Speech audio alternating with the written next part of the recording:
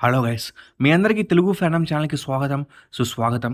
ఇప్పుడు వస్తున్న ఈ బిలియన్ డాలర్ల సూపర్ హీరోల సినిమాల కంటే ముందు, మార్వెల్ సినిమాటిక్ యూనివర్స్ కంటే ముందు, ఐరన్ మ్యాన్, స్పైడర్ మ్యాన్, ఇంకా థోర్ లాంటి క్యారెక్టర్స్ పుట్టక ముందు న్యూయార్క్‌లో ఒక చిన్న పిల్లాడు ఉండేవాడు. పెద్దయ్యాక ఒక గొప్ప రైటర్‌గా మారాలని కలలు కంటున్నవాడు.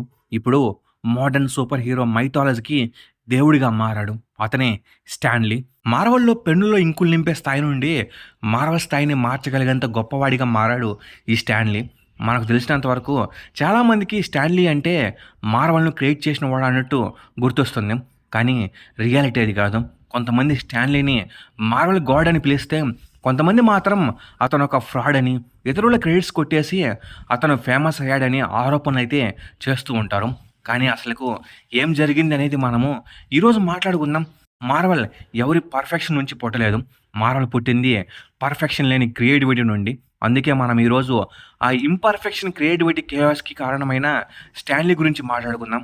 మరి వీడియో స్టార్ట్ చేసే ముందు మీరు గనుక మన ఛానల్‌కు కొత్తగా వచ్చినట్టయితే వెంటనే సబ్స్క్రైబ్ చేసుకొని బెల్ ఐకాన్‌ని యాక్టివేట్ చేసుకోండి. ఇంకా అసలు లేట్ చేయకుండా వీడియో స్టార్ట్ చేద్దాం. స్టాన్ లీ అసలు పేరు స్టాన్లీ మార్టిన్ లైబర్. అతను 1922లో న్యూయార్క్‌లో మ్యాన్‌హాటన్‌లో పుట్టాడు. అతని పేరెంట్స్ కూడా అమెరికాకు వచ్చిన జ్యూయిష్ ఇమ్మిగ్రెంట్స్. అప్పుడు అమెరికా గ్రేట్ డిప్రెషన్‌లో ఇరుక్కొని ఉంది. ఈ గ్రేట్ డిప్రెషన్ స్టేజ్‌లో అమెరికాలో ఉన్న వారి సిట్యుయేషన్ అంతా చాలా దారుణంగా ఉండేది. జాబ్స్ లేకపోవడం, కంట్రీలో స్టెబిలిటీ లేకపోవడం, ఇలా ఆ కంట్రీ రెసిడెన్స్‌కే అలా ఉన్నప్పుడు ఎక్కడి నుండో వలస వచ్చిన స్టాన్లీ ఫ్యామిలీ సిట్యుయేషన్ ఇంకెలా ఉండేదో ఆలోచించండి. దానివల్ల అతని చిన్నతనం అంతా అంధకారంలోనే బ్రతికాడు. ఒక్కసారి స్టాన్లీ రిలేటివ్స్ అందరూ కలిసి ఒకటే చిన్న అపార్ట్మెంట్లో ఉండేవారు తెలుసా? మరి దీన్ని బట్టి అర్థం చేసుకోండి స్టాన్లీ చైల్డ్‌హుడ్ ఎంత డార్క్‌గా ఉంది అనేది. అతని చైల్డ్‌హుడ్‌లో జరిగిన ఎన్నో ఇన్సిడెంట్స్ స్టాన్లీని ఒక గ్రేట్ పర్సనాలిటీగా షేప్ చేశాయి. అందుకే మీరు గమనించండి, స్టాన్లీ క్రియేట్ చేసిన హీరోలు చాలా కష్టాలు అనుభవిస్తారు. రెంట్ పే చేయడానికి కష్టపడతారు. రిలేషన్‌షిప్స్‌లో కష్టపడతారు. లోన్లీగా ఉంటారు. అలా అవన్నీ ఉన్నాయి కాబట్టే ఆ హీరోలు అంతగా పాపులర్ అయ్యారు. ఇంకా స్టాన్లీ తన చిన్నప్పుడు రియాలిటీని ఎస్కేప్ అవ్వడానికి బుక్స్‌ను చదువుతూ ఉండేవాడు. ఇప్పుడు మనము సినిమాలు ఎంత పిచ్చిగా చూస్తున్నామో, అప్పుడు స్టాన్లీ కూడా రకరకాల పుస్తకాలను చదువుతూ ఉండేవాడు. అడ్వెంచర్, స్కైఫై, ఇంకా మైథాలజీకి సంబంధించిన బుక్స్‌నైతే తెగ చదివేవాడు. వాటిలో ఎంత మునిగిపోయేవాడంటే ఎలాగైనా ఒక సీరియస్ నావెలిస్ట్ అవ్వాలని అనుకునేవాడు. అసలు కామిక్స్ గురించి స్టాన్లీ ఎప్పుడు కూడా ఆలోచించలేదు తెలుసా? తను నావెల్స్, పుస్తకాలు రాయాలనుకునేవాడు కానీ ఎప్పుడు కూడా కామిక్స్ రాయాలని అనుకునేవాడు కాదు. సూపర్ హీరోల గురించి కూడా ఎప్పుడూ ఆలోచించలేదు. అలా తన చిన్నతనం అంతా అందరి పిల్లల కంటే కూడా కొంచెం డిఫరెంట్‌గా గడిచింది. అయితే మళ్ళీ 1939లో స్టాన్లీ మార్వెల్‌లో తన మొట్టమొదటి అడుగు పెట్టాడు. అప్పుడు మార్వెల్ కామిక్స్ టైమ్లీ కామిక్స్ అనే పేరుతో ఉండేది. తర్వాత అది మార్వెల్ కామిక్స్‌లా మారింది. అయితే అప్పుడు మీరు స్టాన్లీని ఏదో పెద్ద రైటర్‌గా ఊహించుకోకండి. అతను మొదట టైమ్లీ కామిక్స్‌లో ఇంక్స్ ఫిల్ చేయడం, అక్కడ వర్క్స్ చేసేవారికి లంచ్ బాక్సెస్ తీసుకురావడం, ఇలా అక్కడ ఒక అసిస్టెంట్ టైప్‌లో పనిచేసేవాడు. అయితే తను చేసే పనికి సంబంధం లేకపోయినా తనకు రైటింగ్ అంటే పిచ్చి, మాటల్లో చెప్పలేనంత పిచ్చి. ఇంకా స్టాన్లీ లైఫ్ అనేది ఆ టైమ్లీ కామిక్స్‌లో ఒక అసిస్టెంట్‌గా అలా వెళ్తూ ఉన్నప్పుడు సడన్‌గా ఒక పెద్ద సంఘటన జరిగింది. ఆ టైమ్లీ కామిక్స్‌లో ఉన్న బెస్ట్ రైటర్స్ అయిన జాక్ కిర్బీ ఇంకా జోయ్ సిమ్సన్ ఇద్దరు కూడా కొన్ని కాన్‌ఫ్లిక్ట్స్ వల్ల కంపెనీని వదిలి వెళ్ళిపోయారు.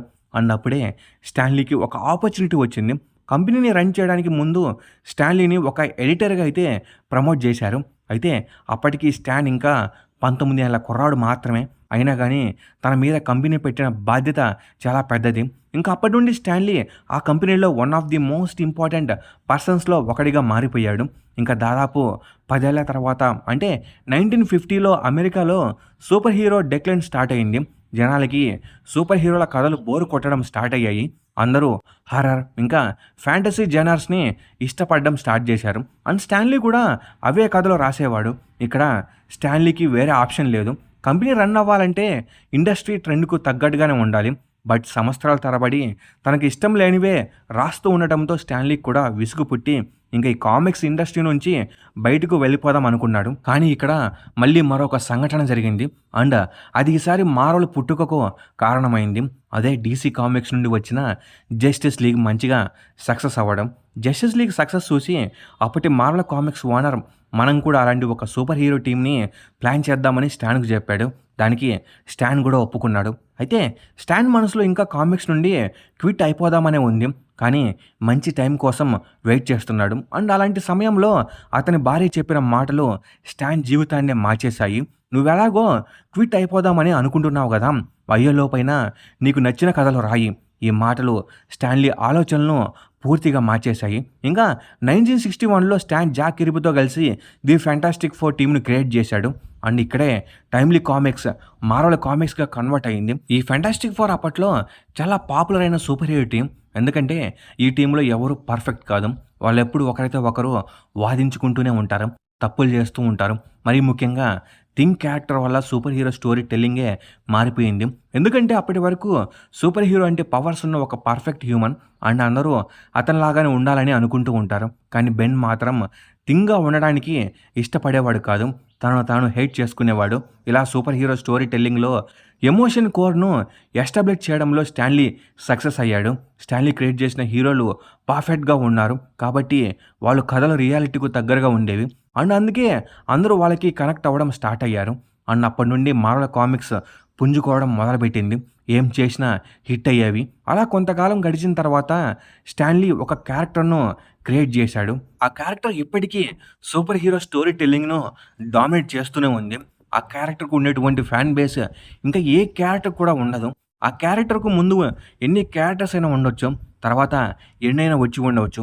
కానీ దానికంటే యూనిక్‌గా, స్పెషల్‌గా, యునానిమస్‌గా అందరికీ కనెక్ట్ అయ్యే క్యారెక్టర్ మరొకటి ఉండదు. అదే స్పైడర్ మ్యాన్. ఎందుకో తెలీదు కానీ స్టాన్లీకి సడన్‌గా ఒక టీనేజ్ సూపర్ హీరోని క్రియేట్ చేయాలని అనిపించింది.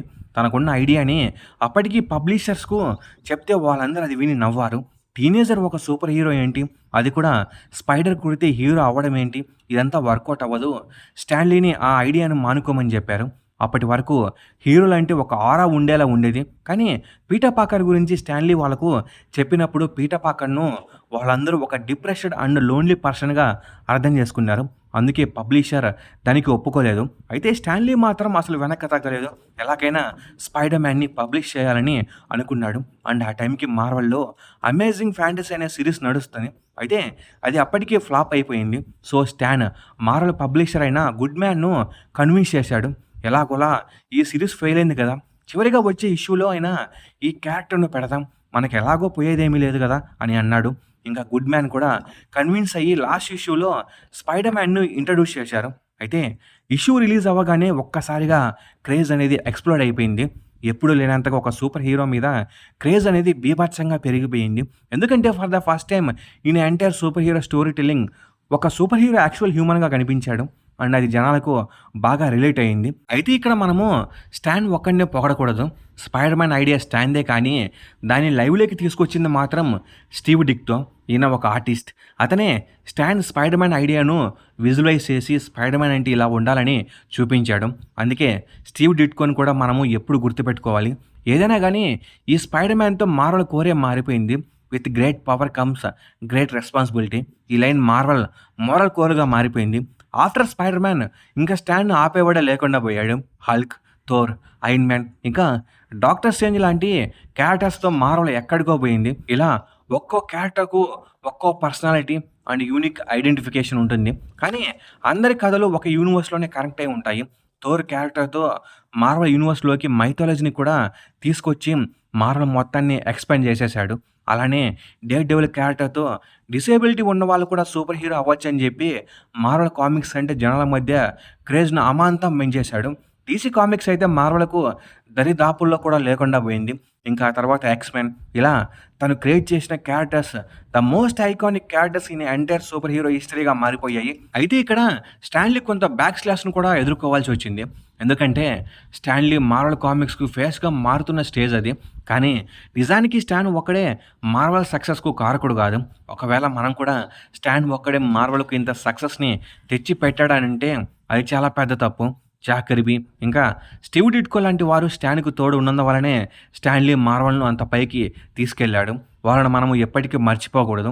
అందుకే జనాలు స్టాన్‌ను నువ్వు అవతల వారి క్రెడిట్స్‌ను కొట్టేస్తున్నావని ఆరోపణలు చేస్తూ ఉంటారు. ఏదైనా కానీ స్టాన్ అది కావాలని చేయడు కదా! అసలు ఈ కాంట్రోవర్సీ ఎందుకు మొదలైందంటే స్టాన్లీ ఈ కామిక్స్‌ను రెడీ చేయడానికి ఒక మెథడ్‌ని యూజ్ చేస్తాడు. ఆ మెథడ్ ఏంటంటే తన ఆర్టిస్ట్‌కు కంప్లీట్ స్క్రిప్ట్ ఇవ్వకుండా వాళ్ళకు ఒక బ్రాడ్ అండ్ డీటెయిల్డ్ ఐడియాని ఇస్తాడు. దానికి తగ్గట్టు వాళ్ళు విజువలైజ్‌ను స్ట్రక్చర్ చేసేవారు. అలా చివరికి స్టాన్ మళ్ళీ దానికి నేరేషన్ ఇంకా డైలాగ్స్ రాసేవాడు. ఈ మెథడ్ వల్ల ఎవరి క్రియేటివిటీ వాళ్ళు చూపించుకోవడానికి అవకాశం ఉండేది కాబట్టి కామిక్స్ కూడా అంతే బాగుండేవి. కానీ ఈ మెథడ్ వల్లనే ఎవరికి క్రెడిట్ వెళ్ళాలనేది తెలిసేది కాదు. నేను అందుకే మొదట్లో అన్నాను మార్వెల్ పుట్టింది పర్ఫెక్షన్ నుండి కాదు, ఒక ఇంపర్ఫెక్టెడ్ కొలాబరేటెడ్ క్రియేటివిటీ నుండి అని.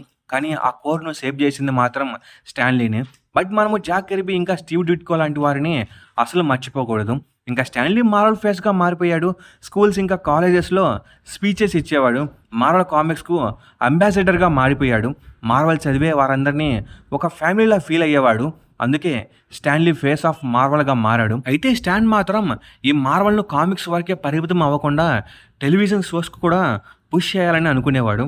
కానీ కొన్ని దశాబ్దాల వరకు అది జరగలేదు. ఎందుకంటే అప్పుడున్న టెక్నాలజీ మార్వెల్ స్టోరీస్‌ని హ్యాండిల్ చేసేంత అడ్వాన్స్‌గా లేవు కాబట్టి. కానీ స్టాన్ లీ మాత్రం పట్టు వదలని విక్రమార్కుల్లా ప్రయత్నిస్తూనే ఉన్నాడు. అందుకే ఈ యానిమేటెడ్ షోస్ అనేవి వచ్చేవి. కానీ వన్స్ ఎంసీయూ స్టార్ట్ అయ్యాక ఏం జరిగిందో ప్రత్యేకించి చెప్పాల్సిన అవసరం లేదు. ఎంసీయూ ద్వారా దశాబ్దాల ముందు పుట్టిన క్యారెక్టర్స్ సినిమాల్లో ఐకాన్స్‌గా మారడం, స్టాన్ లీ క్యామియోస్ ఇవ్వడం, మెల్లగా స్టాన్ లీ మార్వెల్‌కు గ్రాండ్ ఫాదర్‌గా మారిపోయాడు. కానీ 2018లో 95 సంవత్సరాల వయసులో అతను చనిపోయాడు. స్టాన్ లీ తప్పులు చేయని పర్ఫెక్ట్ మ్యాన్ కాదు. అలాగని ఒక ఫ్రాడ్ కూడా కాదు. తన ఇంపర్ఫెక్ట్‌నెస్‌ను క్రియేటివిటీగా మార్చుకొని దాన్ని సూపర్ హీరో స్టోరీ టెల్లింగ్‌లోకి ఇంట్రొడ్యూస్ చేసి ఆ జోరన్నే మార్చేసిన ఒక గొప్ప మహానుభావుడు. మోర్ ఇమ్మోర్టాలిటీ స్టాన్ లీ సూపర్ హీరో స్టోరీ టెల్లింగ్‌లోకి తీసుకొచ్చి మెయిన్ పాయింట్ ఏంటో తెలుసా? సూపర్ హీరో అంటే మనకు గుర్తు రావాల్సింది పైన కనిపించే మాస్క్ కాదు. ఆ మాస్క్ వెనుకుండే హ్యూమన్. అండ్ అందుకే అతను ఒక గొప్పవాడిగా మారాడు.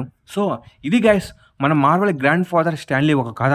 మీకు ఇప్పుడు అర్థమయ్యే ఉంటుంది. అసలు మార్వెల్ స్టాన్ లీ నుండి ఎలా పుట్టిందో, అతని ఆలోచనలు ఇప్పుడు కొన్ని కోట్ల మంది పిల్లల మీద ప్రభావితం చూపిస్తున్నాయి. అంతటి గొప్ప మనిషి ఈ స్టాన్ లీ. మరి మీకు ఈ స్టాన్ లీ కథ ఎలా అనిపించిందో కామెంట్ కామెంట్ చేయండి. అలాగే ఈ వీడియో మీకు బాగా నచ్చినట్లయితే లైక్ చేయండి, షేర్ చేయండి, సబ్స్క్రైబ్ చేసుకోండి. నేను మీ ఇండు కోరేది ఒక లైక్, సబ్స్క్రైబ్ మాత్రమే. Okay, bye guys.